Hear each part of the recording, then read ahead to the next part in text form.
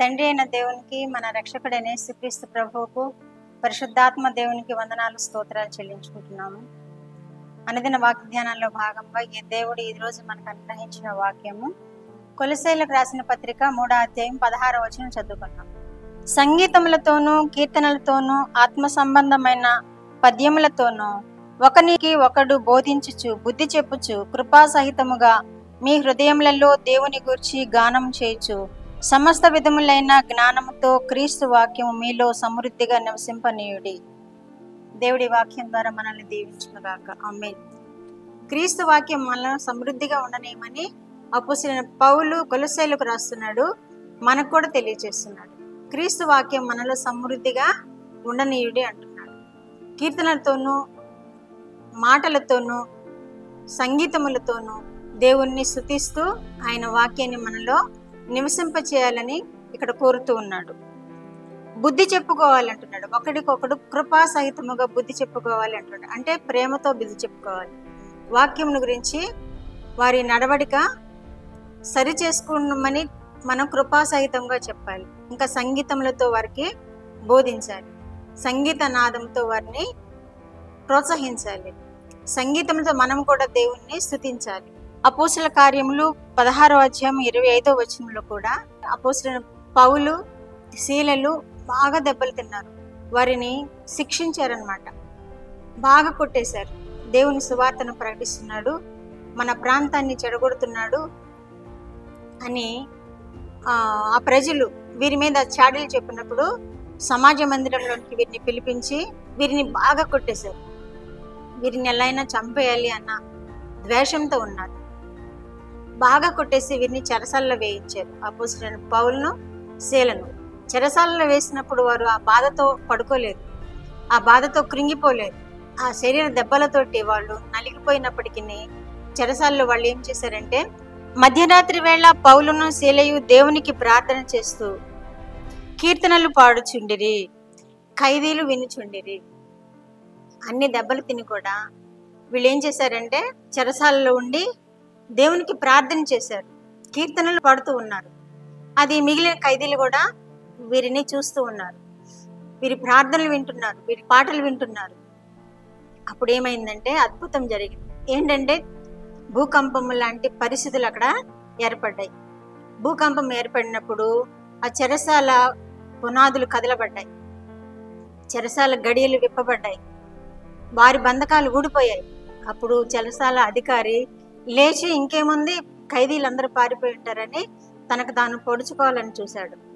కానీ వీరు అక్కడే ఉన్నారు. గొలుసులతో కట్టబడిన వీరి కట్లు ఊడిపోయాయి, తలుపులు తెరవబడ్డాయి, సమస్తము ఓపెన్ అయ్యాయి. అప్పుడు వీరు పారిపోయారేమో అని, ఖైదీలందరూ పారిపోయారేమో అని ఇంకా జైలరు తనని తాను పొడుచుకోవాలని చూసినప్పుడు మేము ఎక్కడికి పోలేదు, మేము ఇక్కడే ఉన్నాము, నీకు ఏ హాని చేసుకోవద్దు అని అపోస్తలుడైన పౌలు జైలర్కి తెలియజేసిన విధానాన్ని మనం ఇక్కడ చూస్తున్నాం ఈ వాక్యంలో. వారు అన్ని దెబ్బలు తిన్నప్పటికీ, అంతఃశోధనకు గురైనప్పటికీ కీర్తనలు పాడుతూ ఉన్నారు, ప్రార్థనలు చేస్తూ ఉన్నారు. అద్భుత కార్యం అక్కడ జరిగించాడు దేవుడు. మనం కూడా ఏదన్నా అలాంటి బాధలో ఉన్నప్పుడు కానీ, అలాంటి ఇబ్బందులు ఉన్నప్పుడు కానీ, అలాంటి ఇరుకులో ఉన్నప్పుడు కానీ మనం కూడా ప్రార్థన చేసినప్పుడు, కీర్తనలు పాడినప్పుడు దేవుడు తప్పక ఆ బంధకాల నుండి విడిపిస్తాడని వాక్యం ద్వారా మనం తెలుసుకుంటున్నాం. ఏ కట్లయితే మనల్ని కట్టి ఉంచాయో, దుష్టుడు ఏ విధమైన కట్లతో మనల్ని బంధించాలని చూస్తున్నాడో, మనం కీర్తనలు పాడుతూ ఉన్నప్పుడు, ప్రార్థన చేస్తున్నప్పుడు ఆ కట్లన్నీ తెగిపోతాయని ఈ వాక్యం ద్వారా మనం నేర్చుకుంటున్నాం.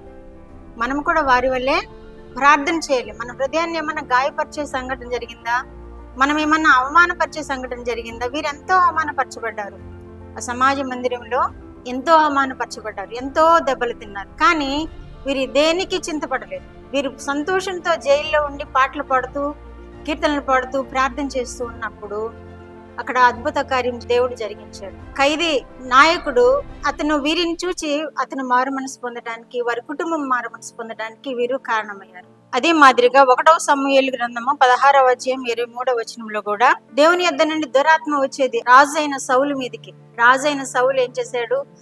దేవుడు చెప్పిన ఆజ్ఞను మీరాడు, దేవుడు చేయొద్దన్న పని చేశాడు. దేవుడు తనని తిరస్కరించాడు, రాజు అయిన సౌలుని. అప్పుడు దేవుని యొద్ద నుండి దురాత్మ వచ్చేది, దేవుని యొద్ద నుండే వచ్చేది ఆయన శోధించడానికి. ఆ దురాత్మ వచ్చినప్పుడు ఎవరైనా సితారా వాయించే వాళ్ళు ఉన్నారా నా దగ్గర తీసుకుని రండి అని వెతికినప్పుడు బాలుడైన దావీదు దొరికాడు. సితారా వాయించి దేవుని స్తుతిస్తూ ఉండేవాడు. ఈయన గొర్రెల కాపరిగా ఉన్నప్పటి నుండి ఈయనకి పాటలు పాడటం, కీర్తనలు రాయడం, కీర్తనలు పాడడం ఈయనకి అలవాటు. ఆయన వెతుకుంటూ తీసుకుని వచ్చారు. తీసుకుని వచ్చినప్పుడు ఆ సితారా వాయించినప్పుడు ఆ సౌలు రాజును పట్టిన దురాత్మ పారిపోయేది అనమాట. ఒక శ్రమ కలిగినప్పుడు మనం ప్రార్థన చేయటమే కాదు, దురాత్మలు వచ్చినప్పుడు కూడా సితారా వాయించినప్పుడు కానీ, వాయిద్యాలు వాయించినప్పుడు కానీ, పాటలు పాడినప్పుడు కానీ అవి పారిపోతాయని మనం ఈ వాక్యం ద్వారా తెలుసుకోగలుగుతున్నాం. కాబట్టి మన గృహాల్లో ఎప్పుడూ ఆరాధన జరుగుతూ ఉండాలి. కుటుంబ ఆరాధన ద్వారా దేవుని మహిమపరచాలి, ప్రార్థన చేయాలి, వాక్య ధ్యానం చేయాలి, వాద్యాలు వాయించాలి. అప్పుడు గృహంలో ఏమైనా దురాత్మలు ప్రవేశిస్తాయి, పారిపోతాయి. అవి మనం కీడు చేయాలని వస్తే అవి కీడు చేయకుండానే పారిపోతాయి. ఎందుకంటే దేవుని సన్నిధి మనతో ఉండినప్పుడు, దేవుని కాపుదల మనతో ఉండినప్పుడు అద్భుత కార్యాలు మనకు కూడా చేస్తాడని వాక్యం ద్వారా మనము తెలుసుకోగలుగుతున్నాం. కాబట్టి మీరందరూ ఈ విధముగా బాధ కలిగినప్పుడు కానీ, సమస్య వచ్చినప్పుడు కానీ, సంతోషంతో ఉన్నప్పుడు కూడా దేవుని పాడాలి, దేవుని స్తుతించాలి, దేవునికి ప్రార్థన చేయాలి, వాద్యములు వాయించి ఆయన నామాన్ని మహిమపరచాలి. దేవుడు అట్టి కృప వినుచున్న వారందరికీ దయచేయను గాక. ప్రార్థన.